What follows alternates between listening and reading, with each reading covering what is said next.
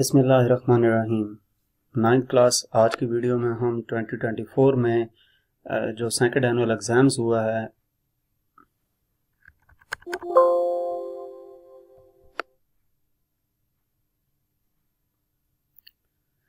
बिस्मिल्लाहिर्रहमानिर्रहीम।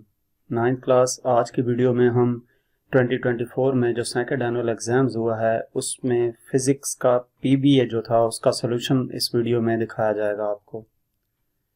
तो इस जो पीबीए था इससे की तमाम डिटेल क्वेश्चन कौन कौन से थे और किस क्वेश्चन का क्या आंसर आपने लिखना था वो सारी डिटेल इस वीडियो में आपको बताई जाएगी।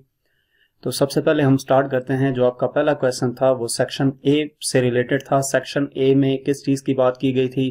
क्वेश्चन नंबर 1 था to find the value of g by free fall method, कि फ्री फॉल मेथड के ज़रिए से जी की वैल्यू कैलकुलेट करनी थी। अब उसमें क्या क्वेश्चन थे? For a digital free fall experiment as shown in figure the value of G for 2 calculated times of 42 centiseconds and 44.7 centiseconds. कि एक डिजिटल फ्री फॉल एक्सपेरिमेंट है, जो कि ये एक्सपेरिमेंट आपको डायग्राम में दिखाया गया था।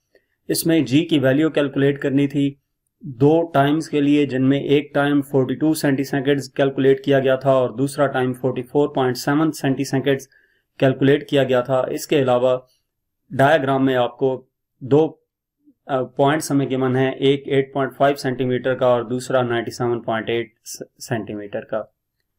तो अब इस एक्सपेरिमेंट से रिलेटेड जो आपके पास क्वेश्चन थे, सबसे पहला क्वेश्चन उसमें था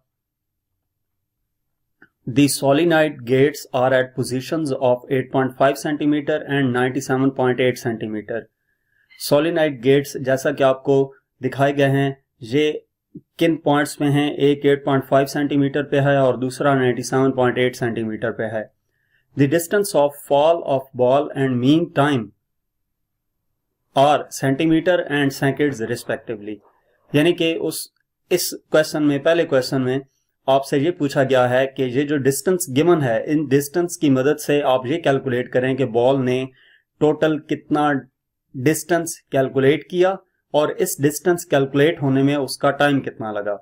तो सबसे पहले अगर हम डिस्टेंस की बात करें तो डिस्टेंस कितना है? हमारे पास 97.8 सेंटीमीटर फाइनल डिस्टेंस है और इनिशियल डिस्टेंस 8.5 सेंटीमीटर है। तो 97.8 में से 8.5 को माइनस करेंगे तो ये 89.3 सेंटीमीटर डिस्टेंस ऑफ फॉल आ जाता है।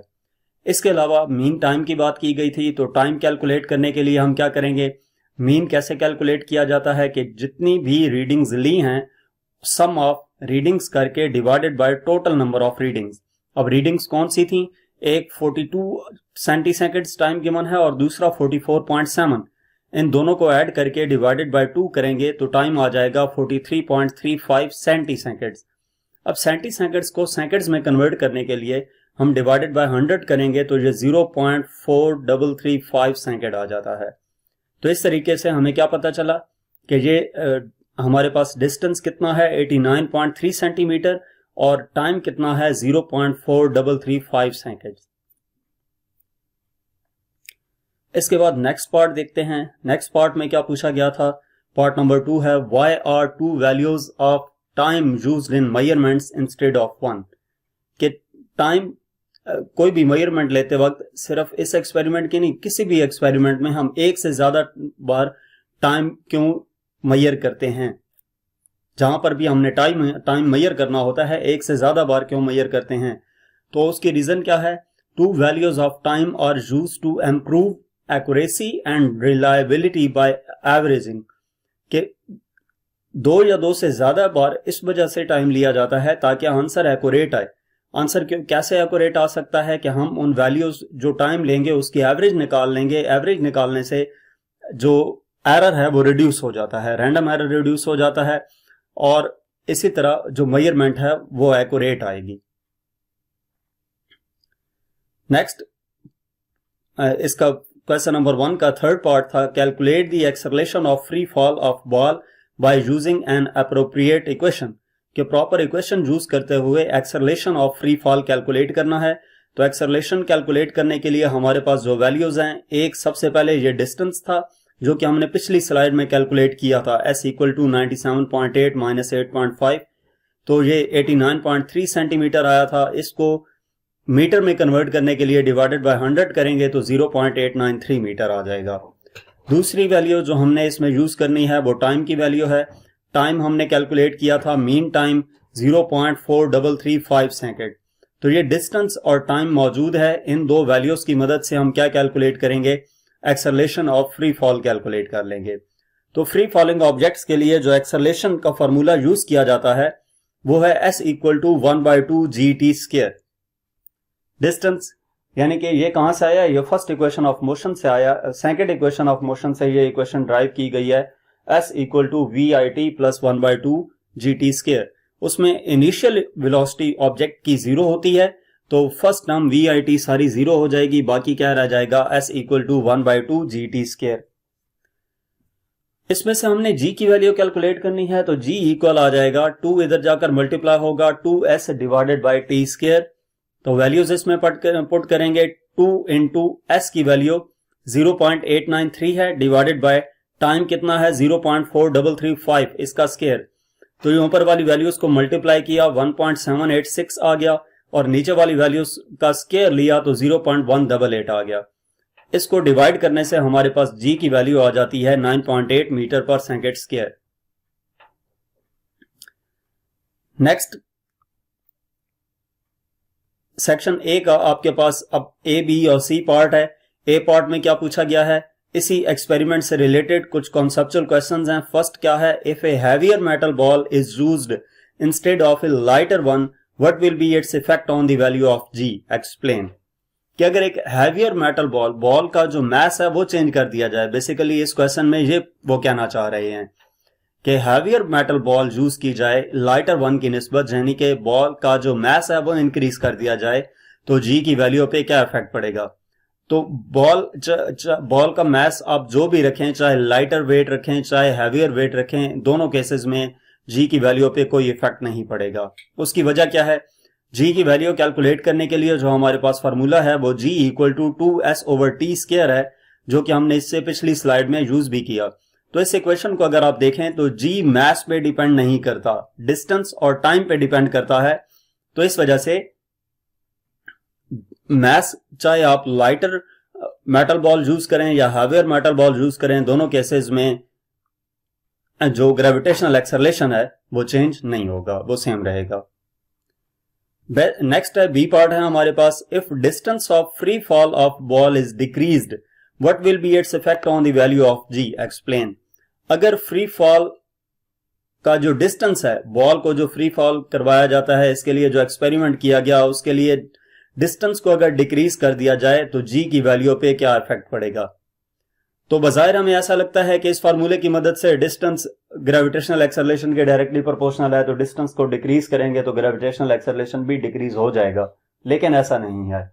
उसकी वजह क्या है कि अर्थ के नजदीक जी की वैल्यू जो है वो 9.8 मीटर पर सेकेंड स्क्वायर ही रहती है, यानी कि अर्थ की सरफेस के नजदीक जी की वैल्यू नियरली कांस्टेंट होती है, चेंज नहीं होती। इस वजह से डिस्टेंस इंक्रीज कर भी दिया जाए या डिक्रीज कर भी दिया जाए तो जी की वैल्यू पे इफेक्ट नहीं पड़ता, क्योंकि इस सेंस में हम डिस्टेंस को बहुत ज्यादा इंक्रीज या डिक्रीज नहीं कर रहे।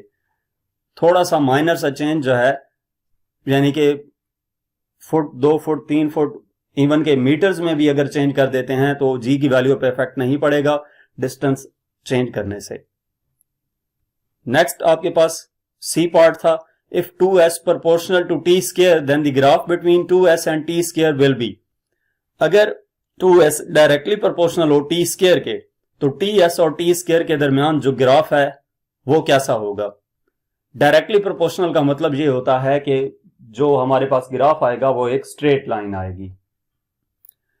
अगर 2s डायरेक्टली प्रोपोर्शनल है t स्क्वायर के, तो 2s और t स्क्वायर के दरमियान जो ग्राफ आएगा वो एक स्ट्रेट लाइन होगी और वो लाइन ओरिजिन से पास करेगी। नेक्स्ट हमारे पास सेक्शन बी है। सेक्शन बी में एक और एक्सपेरिमेंट का जिक्र किया गया है। वो एक्सपेरिमेंट क्या है, right short answers of the following questions. इसमें कुछ क्वेश्चंस पूछे गए हैं और वो जो क्वेश्चंस हैं वो एक दूसरे एक्सपेरिमेंट से रिलेटेड हैं। वो कौन सा एक्सपेरिमेंट है, हुक्स लॉ से रिलेटेड। जिसमें फोर्स अप्लाई करने से एक्सटेंशन प्रोड्यूस होती है। What is Hooke's law? Right it's mathematical form. Hooke's law क्या है, इसकी मैथमेटिकल फॉर्म लिखनी है। तो सबसे पहले हुक्स लॉ को डिफाइन करते हैं। Hooke's law states that the force exerted by a spring is directly proportional to the displacement of the spring from its equilibrium position. कि हुक्स लॉ ये बयान करता है कि जब किसी ऑब्जेक्ट के ऊपर कोई फोर्स अप्लाई की जाती है, स्प्रिंग के ऊपर कोई फोर्स अप्लाई करते हैं, तो वो डायरेक्टली प्रोपोर्शनल होगी डिस्प्लेसमेंट के। कौन सा डिस्प्लेसमेंट? जैसे स्प्रिंग के ऊपर फोर्स अप्लाई की, उसको एक्सटेंड किया, तो जितनी ज्यादा फोर्स अप्लाई करेंगे उतना मेन पोजीशन से डिस्टेंस ज्यादा होगा। As long as the spring is not deformed behind its elastic limit, यानी कि within the elastic limit और स्प्रिंग के ऊपर फोर्स अप्लाई की जाए, तो जितनी ज्यादा फोर्स अप्लाई की जाएगी उतना एक्सटेंशन होगा स्प्रिंग में। इसकी मैथमेटिकल इक्वेशन क्या है? F equal to minus k x, जो हुक्स लॉ की इक्वेशन है, F equal to minus k x. इसके बाद सेकंड पार्ट इसी क्वेश्चन नंबर 2 का, इसमें क्या पूछा गया है? What is the value of applied force in the graph 1 from B to C? कि ये जो ग्राफ आपको दिखाया गया है, इस ग्राफ में अप्लाइड फोर्स की वैल्यू क्या है B से C तक। ये B पॉइंट है और ये C पॉइंट है। B से C पॉइंट तक अप्लाइड फोर्स की वैल्यू क्या होगी? तो इसकी वैल्यू कैलकुलेट करने के लिए हमें यह पता होना चाहिए कि C पॉइंट पे फोर्स कितनी है और B पॉइंट पे फोर्स कितनी है। तो अगर आप ग्राफ की मदद से देखें तो एक्स एक्सिस के अलोंग फोर्स ड्रॉ की गई है और वाई एक्सिस के अलोंग एक्सटेंशन है, लेंथ है सेंटीमीटर्स में। तो एक्स एक्सिस के अक्रॉस जो फोर्स है, अगर हम इसकी बात करें तो C पॉइंट पे फोर्स 300 है और B पॉइंट पे फोर्स 50 है, यानी कि 300 माइनस 50, तो ये कितनी आ जाएगी? 250 ग्राम वेट। ये जो यूनिट है ये न्यूटन की इक्वल होता है, तो ये क्या है? 250 ग्राम वेट हमारे पास आंसर आ जाता है। इसके बाद थर्ड पार्ट क्या है? What is the value of extension in this graph from C to A? Value of extension, extension से क्या मुराद है कि कितनी एक्सटेंशन हुई है, यानी कि अब वो वाई एक्सिस से रिलेटेड हमसे क्वेश्चन पूछ रहा है C से A तक कितनी एक्सटेंशन हुई। तो C से A तक एक्सटेंशन कैलकुलेट करने के लिए हमें देखना है कि A पे कितनी एक्सटेंशन है 3.0 और C पे कितनी है 0.5। तो हम क्या करेंगे? 3.0 माइनस 0.5, तो ये कितना आ जाएगा? 2.5 सेंटीमीटर।